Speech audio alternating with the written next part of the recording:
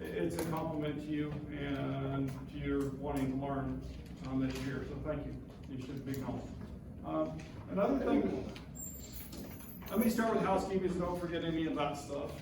And we just talked about the sapling deadline this next week. I'll bump that to the following week when we come back, give you a little bit more time, especially if you don't want to work on it while you're on break. But if you do want to work on it, it would be a great time. And let's say you missed some content that you'd like to go back and do.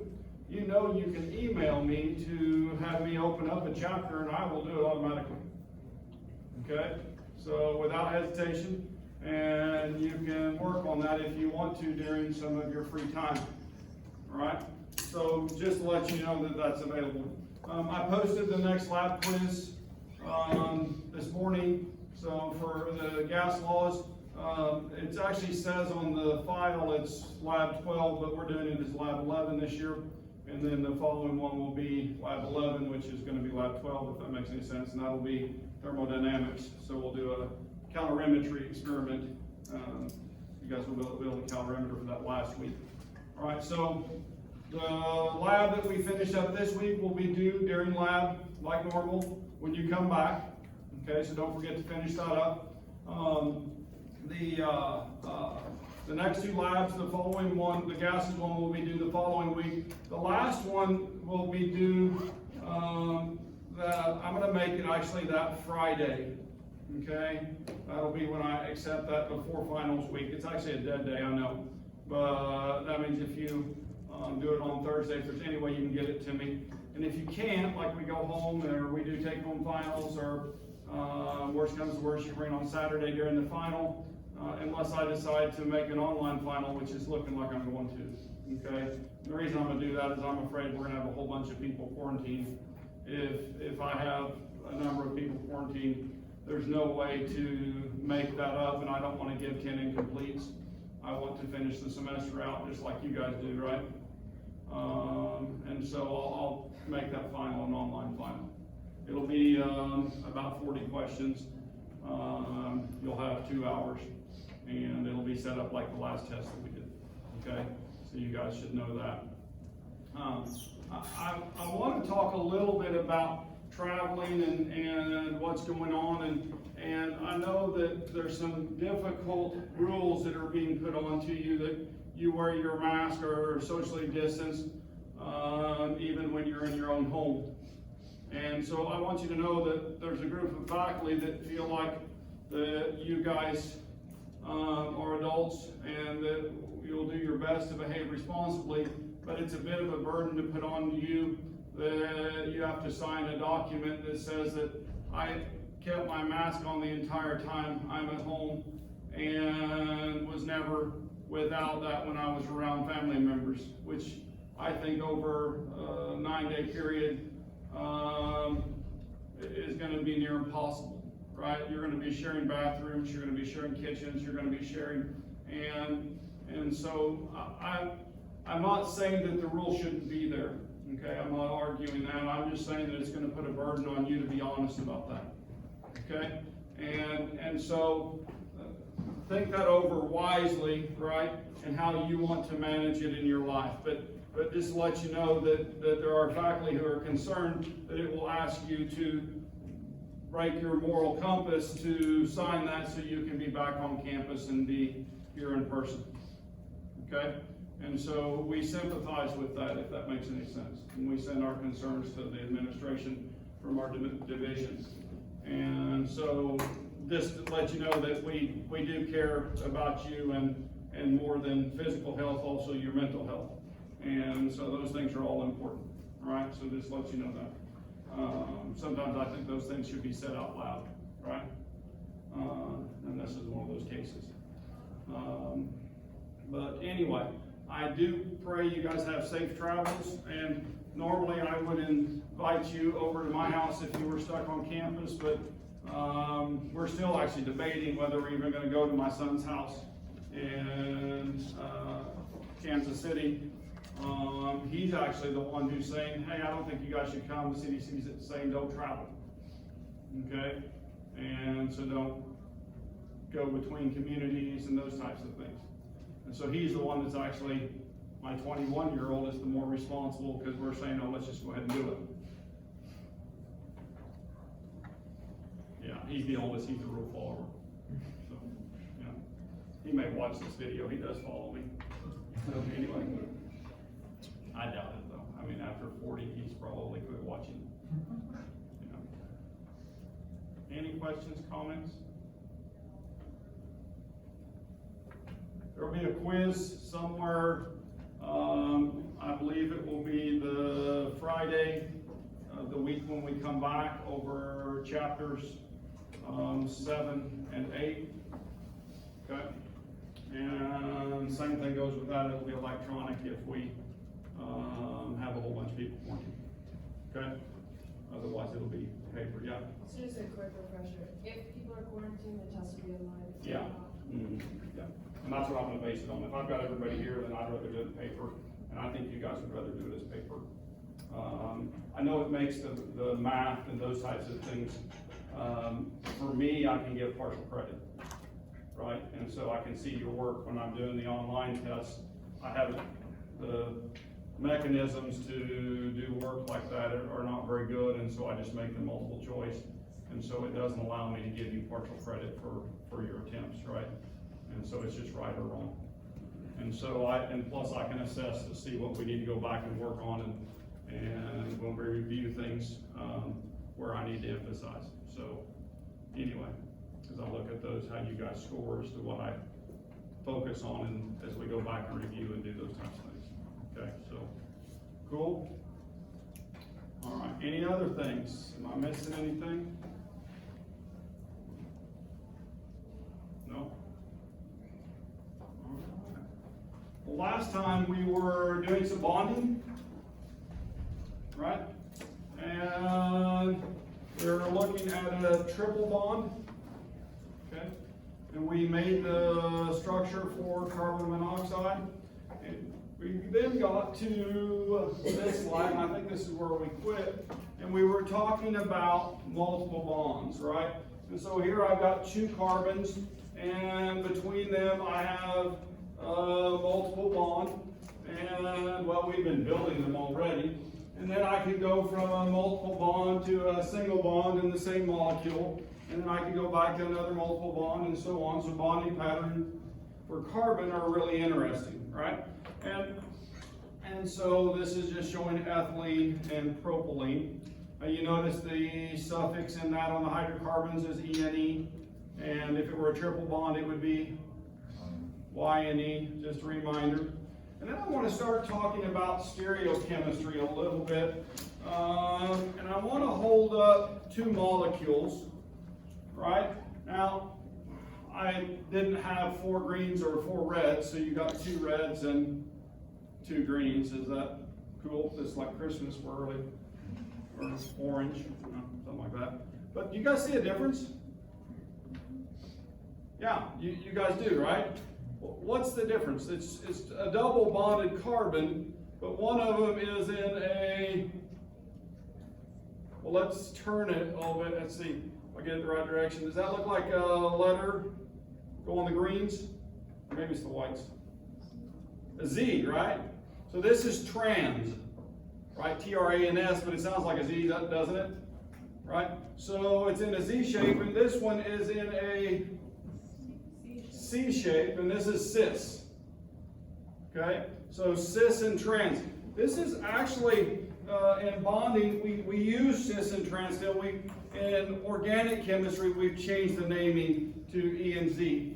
But for food chemistry, it still remains cis and trans, cis isomers and trans isomers.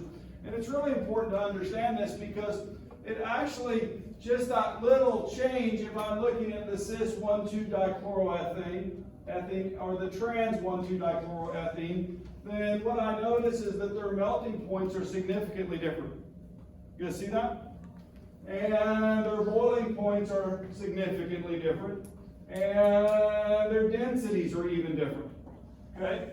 Now, so that means that these are different molecules. The only difference is they have the same atoms. They have a similar bonding structure. I've just rotated the position on the end. Okay?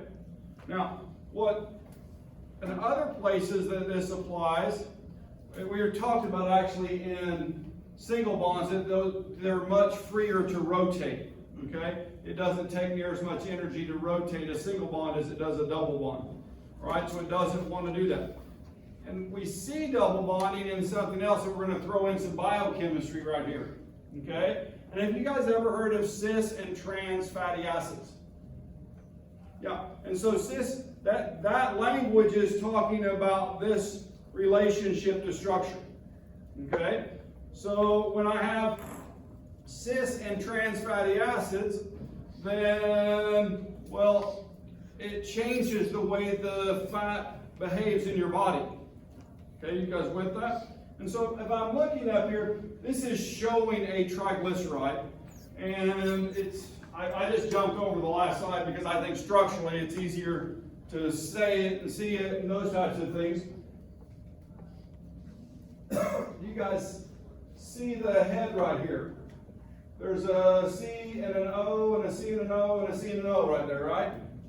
Well, those came from what's called glycerol, and those were alcohols, okay? So those were OHs. There were 3 of them on that molecule, and the H's were cut off, okay? And on this side, there's a carboxyl group, okay? And so that came from a fatty acid. You guys remember carboxylic acids, right? You already know their structures because I told you you were going to learn them before you left this class.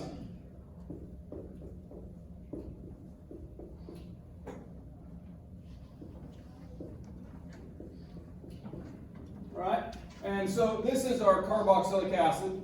And remember it had a carboxyl group and then an OH group on it, right? And then this was our alcohols. And in fact, what lab did we look at the reaction I'm about to talk about? Do you remember? The name of the lab is the bond, or functional group. Ester, yeah, the ester linkage. And so if you'll remember right, we took our molecular scissors and we cut off the OH and we cut off the hydrogen. And what did those make together? Water. And then those pulled together, those 2 cut ends, and they made the new linkage. And so these triglycerides have ester bonds in them. Okay, 3 of them, 1 for each fatty acid. So you guys have heard of triglycerides, right? I just had mine checked by a health screening here on campus, right? They were good. I was surprised. Mine normally aren't. So anyway, it was kind of nice. And so if we're looking at this, now I want you to notice how this is written, okay, structurally. So this is the fatty acid end of it, and this is CH2, but how many CH2s are there? There's 16 of them, so that means that's a straight chain, and it has 16 CH2s, and then it's capped by a CH3. You guys see that? And that's called saturated. Now we talked about saturated molecules, right, in class last time, or at least we mentioned them. And so that saturated fat that's right there is one type of fatty acid. Okay? Now, health-wise, that's not one of the healthy ones for you. And normally the saturated fats mostly come out of animal fats, right? So your beef tallow and those types of things. And what form are those in at room temperature? When I have beef fat, is it liquid or solid? Solid. It's solid, isn't it? But when I have things that have double bonds in them, right? So these are unsaturated fats, okay? And normally natural fats are all cis. Okay, not all, but almost all. Okay, you guys with me? So when a plant makes an unsaturated fat, normally, all right, it is cis in conformation. Now we're going to talk about some chemistry that happened and why people of mine and your parents' generation have a little higher risk of heart disease because of this chemistry, literally. Okay, it's something we know about, and we've changed the chemistry so we don't make near as many of them.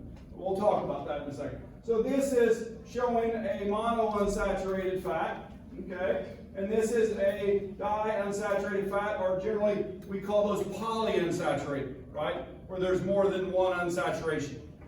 Cool? And then we can start naming those based on the positions of the double bonds.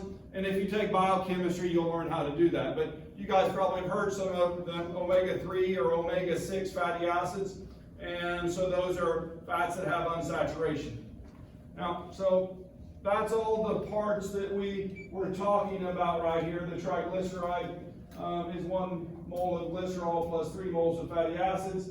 And fat, solid triglyceride at room temperature, oil, liquid at room temperature. And so things with more unsaturation are more likely to be liquid at room temperature. Okay, more likely to be liquid at room temperature.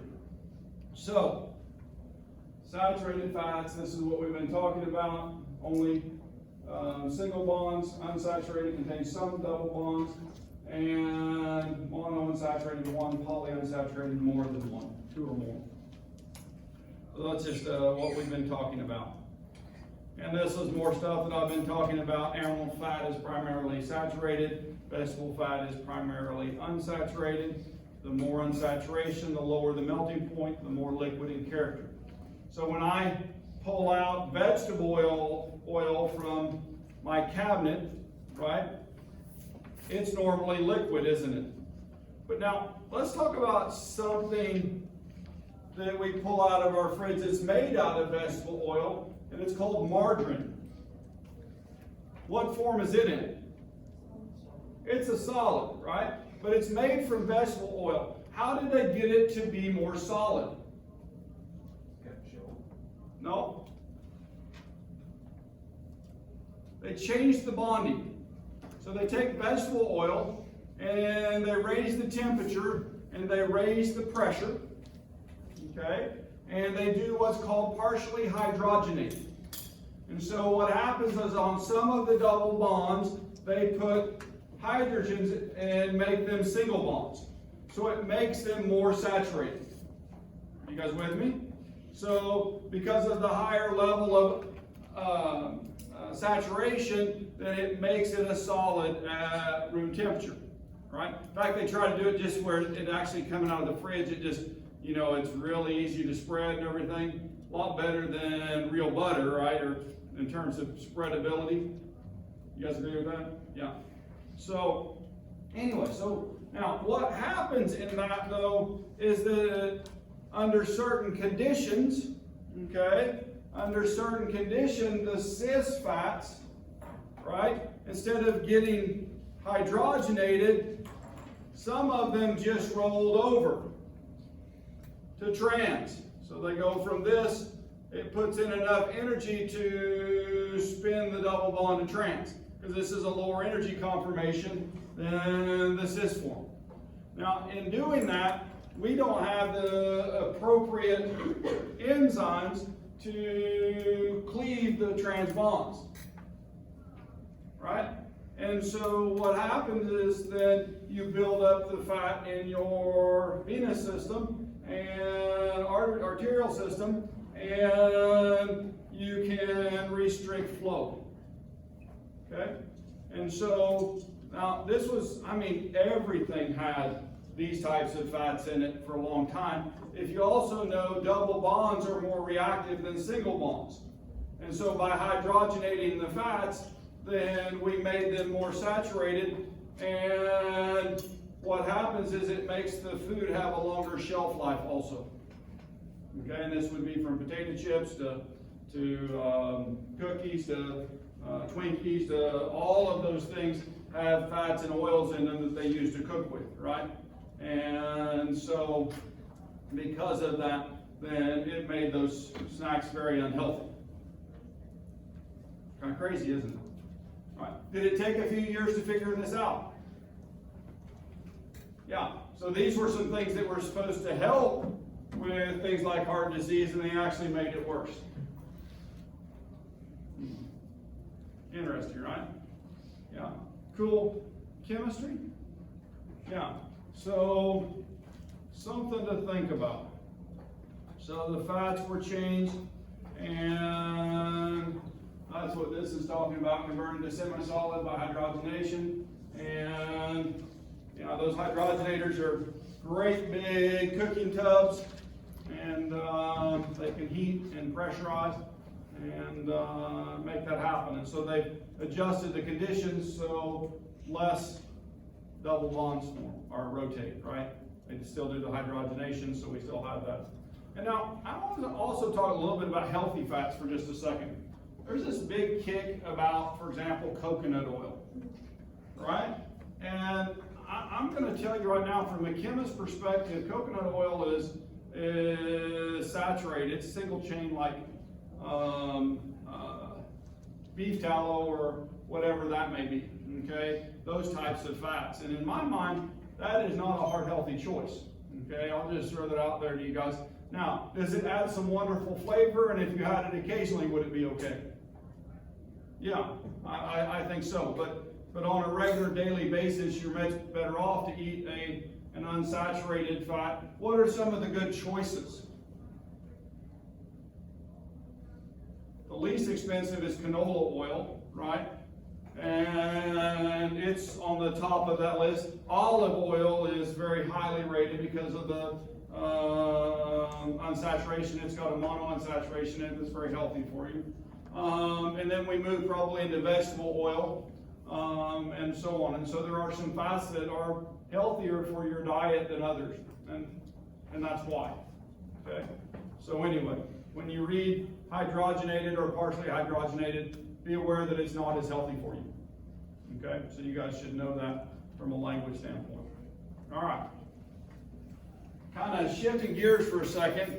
We're going to talk about bonds. We've been building bonds and making them and talking about a little bit of structure and function and those types of things, a little biochemistry. And when we're looking at these molecules, these bonds have average lengths, okay? And so the position between the two carbons has a bond length, and between the whatever we've made out here has a bond length, and the hydrogen here has a bond length. And so those have been measured, all right? We do techniques, for example, like X-ray crystallography to find the position of atoms and molecules, and we find that there are influences that make those change a little bit.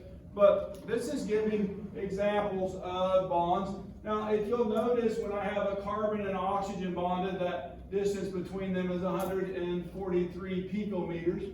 If I go up and I look at carbon and nitrogen, I see that that's 147 picometers. If I do a carbon and carbon, then it's 154. And if I do a carbon and phosphorus, it's 187. Now, I want to ask a question with this. Now, when I have these relationships, why, for example, on the top is the bond length getting longer as I go from left to right? Carbon's staying the same size, but what about the other atom? Bigger. They're what? Bigger. They're getting bigger, right? So if I'm getting bigger, do I need more distance between myself and my partner next to me? Yeah, that's kind of obvious, isn't it? Okay? So realize that there's trends that you can get out of the periodic table that are in that fashion, all right? And then, if I'm looking at the same two atoms, right, then what I see in the carbon-oxygen, and carbon-oxygen, single, double, triple bonds, is that the more bonds there are, the shorter the distance between them. Okay? The shorter the distance between them. So we go from 143 to 122 to 113 in terms of picometers.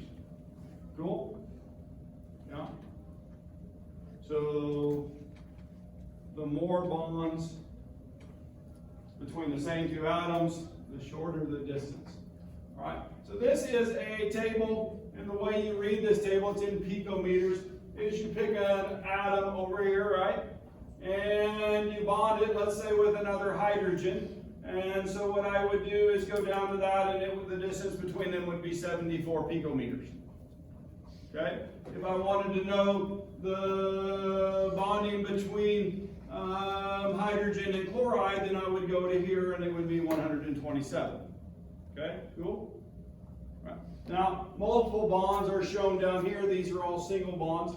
And we see the same, here's two nitrogens with a double bond, and it's 120 picometers, a triple bond is 110, okay? So that trend shows the same down there. So that's the distances.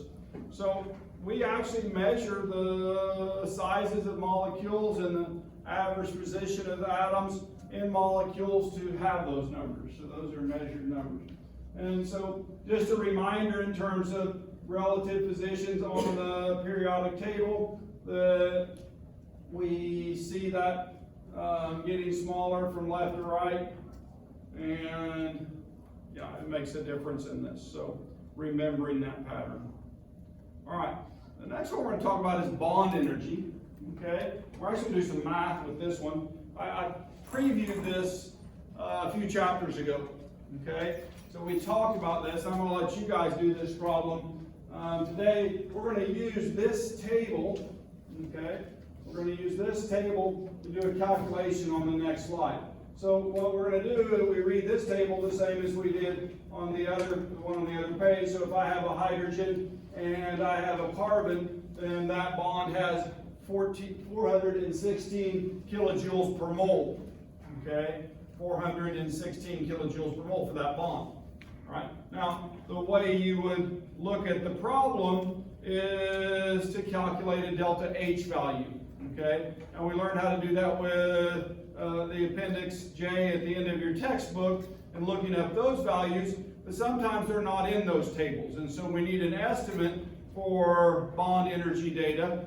And so, for example, for this reaction, we can calculate the bond energy by taking the bonds broken minus the bonds formed.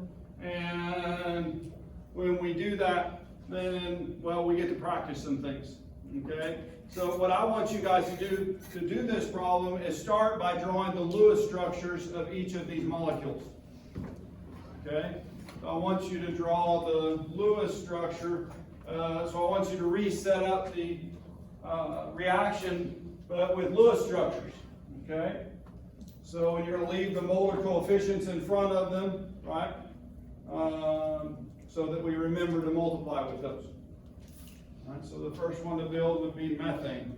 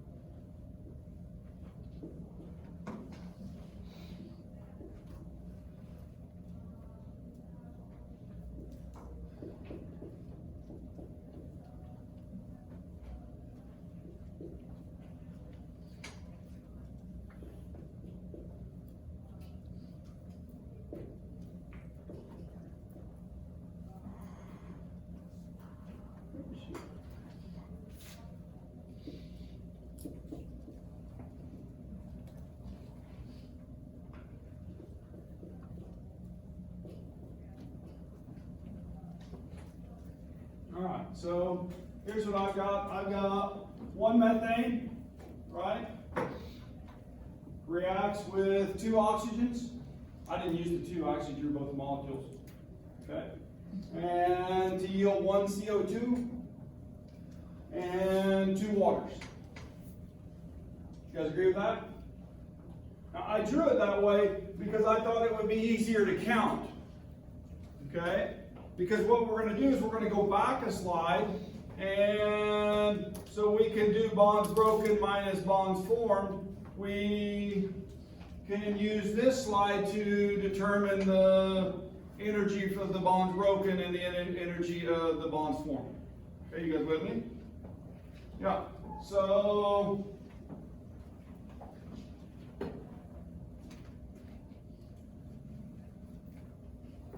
can you guys do it? Can you use the table to, how many carbon-hydrogen bonds have to be broken? 4. So 4 times what number up here? 416 kilojoules per mole. The second one is where some people, well, I can write that down. So 4 mole CH times 416 kilojoule per mole. All right. Now, is this 4 single bonds or 2 double bonds? 2 double. It's 2 double bonds. Note you have to make that distinction. When I have a double bond, I have to use a different part of the table, don't I? Right? So I'm right here. Oxygen and O2, those are 498 apiece. Okay? So plus 2 mole oxygen double bonds times 498 .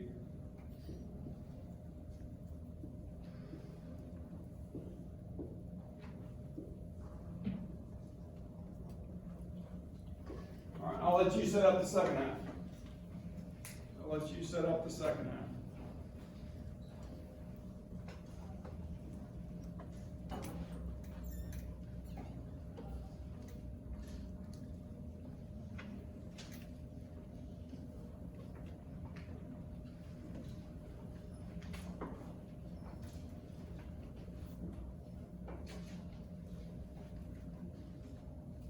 That's the one in CO2, so 803.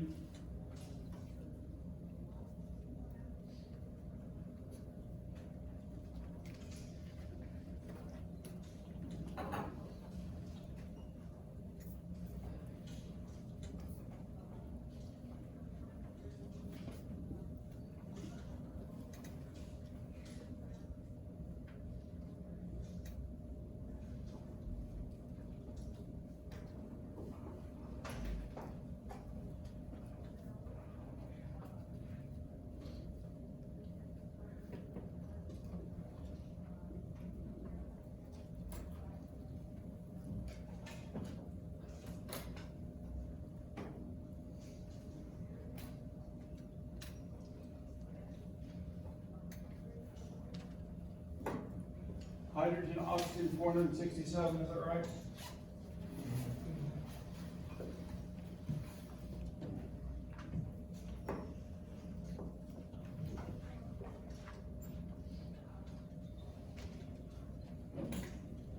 So these are our bonds broken, these are our bonds formed. I had to jam them into a much smaller space because I didn't write small enough to start with, but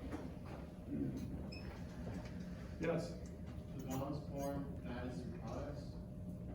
The bonds on the product side? Yeah, on the product side.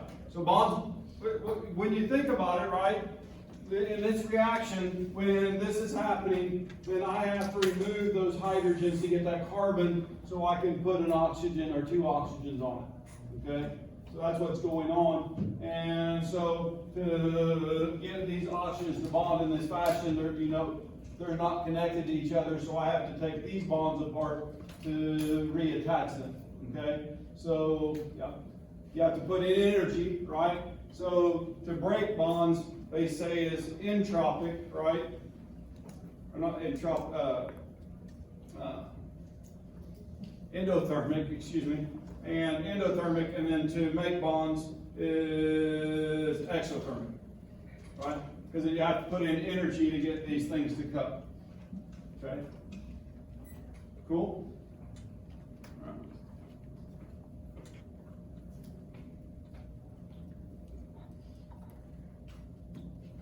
All right. the O double bond O, why is that 2 moles? And then the OCO, why is that 2 moles as well? Well, there's 2 of these in terms of the mole Oh, ratio. right, okay. Right? And then there's 2 bonds here, so each one of those counts. I used a different table, it looks like, when I made this slide, because those 2 oxygen bonds, I used 715 on them. So you guys will have to give me the answer for what you saw.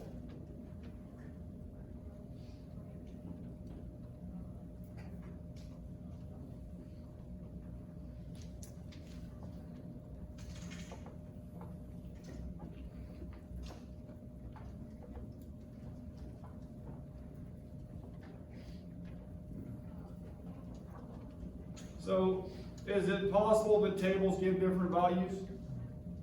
Yeah.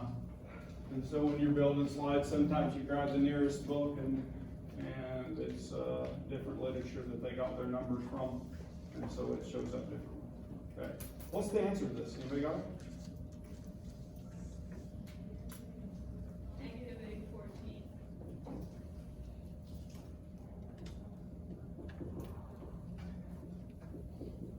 Negative 814 kilojoules. So that actually compares pretty well from Appendix J, because I know that's where this number came from. Right? You guys see how that works? So you can calculate it by multiple ways. They're not going to be exact. There's going to be some error in it. That's okay. Right? That's okay. We need to know better, we'll measure. Fun? You guys do that one? Pretty straightforward. Yeah. What's the secret in this? The table's pretty straightforward. The secret is to be able to draw the structures, the appropriate structures, so you know how many of each type of bond you have to break and make, right? That's the trick. Right? Once you get there, well, that's just remembering the process. Okay. So, all right. Questions on that? Then we're going to shift gears again. This is a chapter that just kind of jumps around. Yeah, how do you Yeah. know, if they're double and single bonds on all those?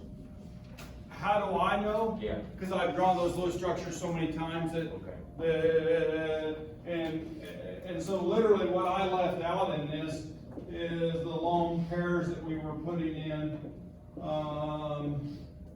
when we were doing this in class the other day. And so I've built that structure so many times. I know 2, 4, 6, 8, right? And then 2, 4, 6, 8 for that one. And this is the same type of situation where 1, 2, 3, 4 on the center one, and then these are like this. And if you count, let's count the total electrons. I should have done that here. This is 2, 4, 6, 8, 10, 12. Each oxygen has 6 in its valence shell, so that checks, right? And then same thing here.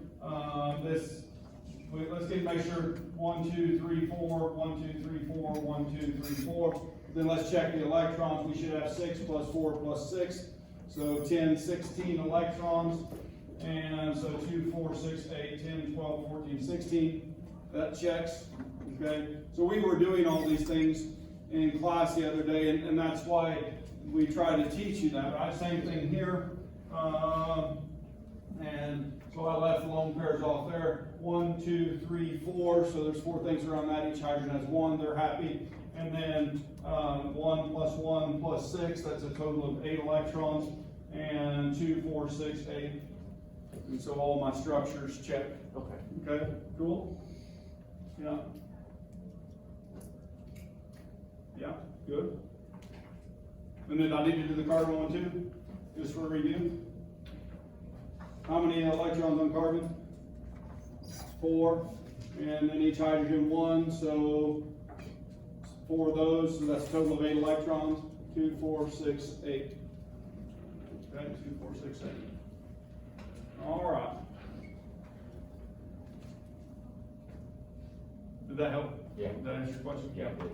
So, Lewis structures are really, I mean, we use them so much, and when you start drawing them and you've done it so often, I sometimes forget you guys are learning, and I just leave those lone pairs off, and because everybody knows they're there, right? Everybody does.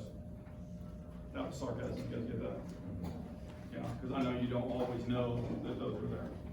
Okay. So, all right. Linus Pauling, American chemist, he's number one, he's an American chemist, and he won 2 Nobel Prizes. One was a Peace Prize, but the other work is the nature of chemical bond and the structure of molecules and crystals. Right? And he won this Nobel Prize in 1954 for his work here. And one of the things that we're going to look at right now, which we kind of started on this the other day, but it's electronegativity. And I want to use the Pauling scale to talk about the relationship of atoms from nonpolar covalent all the way to ionic. Okay? And so we have a tendency to call those 2 different things, but that's not true. Okay? What's true is that relationship is gradual, and it depends on the electronegativity of the 2 elements that are involved in the bonding. Okay? Or if you have the 2 of the same thing there, then it's nonpolar covalent if you have nonmetals. Okay? But if I have 2 nonmetals like hydrogen and fluorine, then those are far enough apart on the Pauling scale to actually be categorized as ionic. Okay? Even though as a small molecule they're in the gas phase and they behave more covalent at that point. Okay? So they're not a salt. So anyway, the relative attraction of atoms for electrons, its own and those of other atoms, and the same trends as the ionization energy and increase from lower left to upper right. And so fluorine is the kind of the starting place and the most electronegative, and it's given a value of 4. Okay, it's given a value of 4. And so if I'm looking at, there's my fluorine on the periodic table that we can work with, and so its electronegativity is 4. And oxygen is 3.5, nitrogen 3, chlorine 3, bromine 2.8, iodine 2.5. How I say that way, I think, how much do I iodine?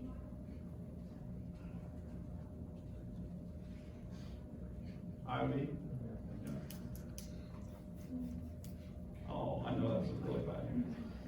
Okay, so the way that this Pauling scale works is I take the difference of the 2 numbers on the scale. So, for example, if I'm looking at fluorine, it would be 4 minus 4, right? And 4 minus 4 is 0. And when I have 0 in the difference, then I have a nonpolar covalent bond. You guys with me?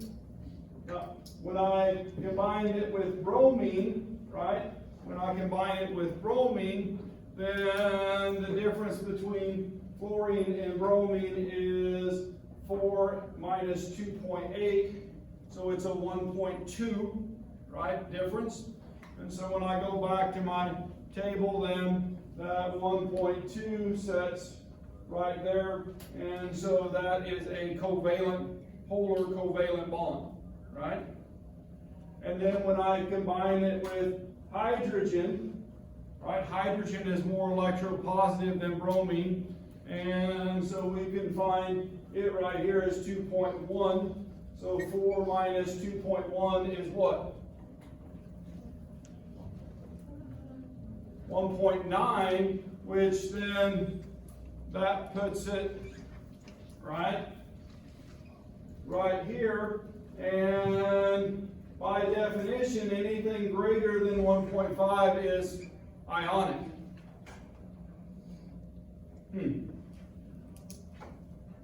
Interesting, huh? So, but you guys see how we're gradually moving across the scale, right? When we put sodium and fluorine together, then that difference is very large, right?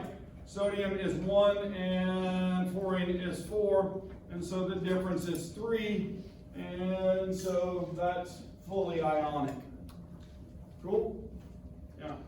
So it's a gradual thing, and you can see where we can have many different combinations of elements, right? To make more or less polar or more or less ionic in nature in the bonding relationship. Okay? So it's a gradual thing. It's not, I'm absolutely ionic, I'm not absolutely covalent. It's a graduation between the two. I mean, two things of the same thing are truly non-polar covalent when we're non-metals, okay? And then on the other side of that, when I get so far apart, when I get from the non-metals out into the metals, then generally those relationships are ionic, okay? Normally those relationships are ionic. Cool? Yeah. Trends in electronegativity. So here's what we've been talking about. The difference for nonpolar bonds is 0, for polar bonds greater than 0, and then the change in greater than 1.5 is considered an ionic bond. So those are the kind of the rules of Pauling's electronegativity, and what earned him the Nobel Prize. At least a piece of that Nobel Prize. Cool? It was a little more comprehensive than what we did there, but it's a nice summary. All right. I think I'm going to introduce this idea, all right, of formal charge. And formal charge is the charge on an atom if all the electrons are shared equally. And lone pair electrons are assigned to an atom about which they are found. And then half the bonding electrons are assigned to each atom or of the bonded pair. And then the sum of the formal charges on a molecule is 0. And the magnitude of the charge on the ions. Okay? So I know that all doesn't make much sense, but what we're going to do is we're going to start drawing structure, and we're going to draw these structures, and we're going to do what's called formal charge on them. Okay, and so that's the next topic that we're going to do. I don't really have a full time to do that. There's a calculation to do formal charges right there on the bottom. It says number of valence electrons on an atom minus the number of lone pair of electrons, all right, plus the half the shared electrons, and I'll show you how to count that, and it's very easy to do, but I'll let you guys